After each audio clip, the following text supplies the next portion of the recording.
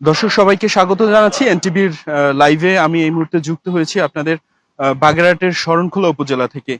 দর্শক, খানাখন্দে ভরা এই বাগেরহাটের শরণখোলার আঞ্চলিক মহাসড়কটি এখন একরকম মৃত্যুফাদ হয়ে গিয়েছে। আমরাগাছিয়া নামক জায়গা থেকে, আমরাগাছিয়া কাঠের পোলের নামক জায়গা থেকে তাফালবাড়ি নামক জায়গা পর্যন্ত বিস্তীর্ণ এই রোডটি প্রায় খানাখন্দে ভরে গিয়েছে। গাড়ি চলাচল থেকে শুরু করে অসুস্থ রোগী যারা রয়েছেন তাদের যাতায়াতে দেখা দিয়েছে বড় ধরনের সমস্যা। এছাড়া এইসব জায়গায় ম্যাক্সিমাম টাইম যখন ট্রাক পরিবহন ট্রাক বিভিন্ন সময় আসা যাওয়া করে এবং এটি একদম দক্ষিণের অঞ্চল হওয়ায় এখান থেকে গাছ, ধান থেকে শুরু করে বিভিন্ন জিনিসপত্র যেগুলো ঢাকার উদ্দেশ্যে যায় সেগুলো অতিরিক্ত লোড বা এই রাস্তার খারাপের কারণে বিভিন্ন সময় ফেসে যায়। এর ফলে বিভিন্ন সময় দেখা যায় যে যানজটের প্রচুর পরিমাণে যানজট হয়।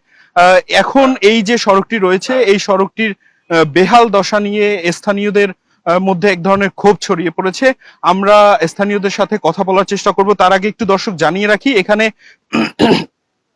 গত কয়েক বছর যাবৎ বাগেরহাট সওজের একটি পকেট মেইনটেনেন্স থাকে, যেটি হয়নি, যেটি এর আগে হয়নি দেখে এই বড় হচ্ছে। এছাড়া এখানকার এই সড়কটি আমরাগাছিয়ার পরে একই সড়ক এখানে এসে সেটা আসলে প্রশস্ত অনেক ছোট হয়ে গেছে, যেটা এখানকার সাধারণ যারা জনগণ রয়েছে তাদের ভোগান্তির কারণ এবং অনেকে এসব নিয়ে, বিশেষ করে সপ্তম আশ্চর্য সুন্দরবন পাদদেশে আমাদের বাড়ি।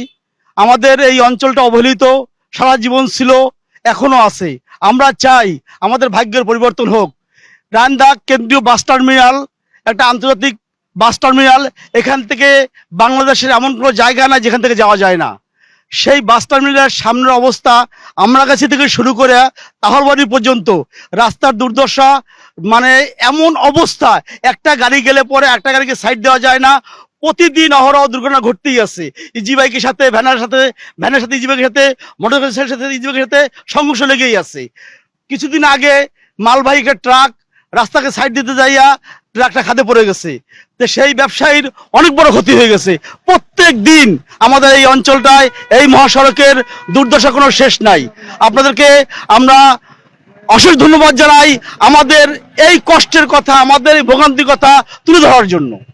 আনোয়ার হোসেন মাধ্যমিক বিদ্যালয় রয়েছে, যেখানে শিক্ষার্থীরা বিভিন্ন দূর দূরান্ত থেকে আসে এবং আসার পর এখানে আসায় যে ভোগান্তিটা তৈরি হয়, তাদের এই মুহূর্তে পরীক্ষা চলছে, সেই যে ভোগান্তিটা তৈরি হয় আমরা একজন শিক্ষার্থীর সাথে কথা বলে জানার চেষ্টা করব যে তাদের আসলে এই সড়কের কারণে কি ধরনের ভোগান্তি হচ্ছে। আপনারা এই আসার যাওয়ার ক্ষেত্রে, স্কুলে আসা যাওয়ার ক্ষেত্রে কি এই বেহাল সড়কের কারণে কোনো সমস্যা হচ্ছে? হ্যাঁ, আমাদের প্রচুর সমস্যা হচ্ছে, যার কারণ এই যে রাস্তার পাশে পাশে ভাঙা রয়েছে, পানি জমে আছে, আপনারা তো দেখতে পারতেছেন। তারপর কাদা জমে আছে, সেক্ষেত্রে আমাদের গাড়ি অ্যাক্সিডেন্ট হচ্ছে। একটা গাড়ি আর একটা গাড়িকে সাইড দিতে গেলে রাস্তার পাশে পড়ে যায়।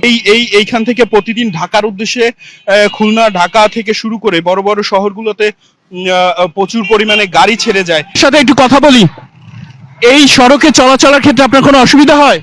অসুবিধা তো বলতে ভাঙ্গা চুরা অনেক কষ্ট হয়, অনেক কষ্ট হয়। মনে করেন আমাদের গাড়ির সমস্যা, যাত্রীর সমস্যা। পরে থেকে আমরা চলতে পারি না ভালো করে। আমরা কাছে আর পরে থেকে রাস্তা খুব খারাপ, একবারে তাফালবাড়ি পর্যন্ত গাড়ির সমস্যা হয় কোনো? রাস্তা এক গাড়ি চাপাইতে গেলে আর এক গাড়ি মনে করেন খাতে পড়ে যাচ্ছে।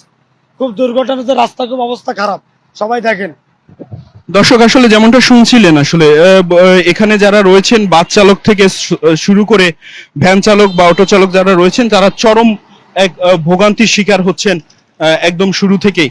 এই দিকটা বিভিন্ন সময় যে মালামাল পরিবহনের ক্ষেত্রে এবং এই জায়গার প্রশস্ততা কম হবার কারণে গাড়ি চলাচলে একটি গাড়ি অন্য একটি গাড়িকে সাইড দিতে গিয়ে বিভিন্ন সময় দুর্ঘটনার শিকার হচ্ছে এবং হতাহতের ঘটনাও ঘটেছে। মোহাম্মদ আশরাফুল ইসলাম, নির্বাহী প্রকৌশলী, তিনি আমাদের যেমনটা জানিয়েছেন যে পকেট মেইনটেনেন্সের 2টি ট্রাক এই মুহূর্তে কাজ করছে এই রুটটিতে এবং এই রাস্তার যে টেন্ডার সেটি আবার রিটেন্ডার হয়েছে। এই পুরো রাস্তাটা আবার তুলে আবার নতুন করে কার্পেটিং হবে, এমনটাই তিনি আমাদের জানিয়েছেন। এই ছিল দর্শক বাগেরহাটের শরণখোলার রাস্তার বেহাল দশা। আমি জাহিদ ইমেল ছিলাম আপনাদের সঙ্গে শরণখোলা থেকে।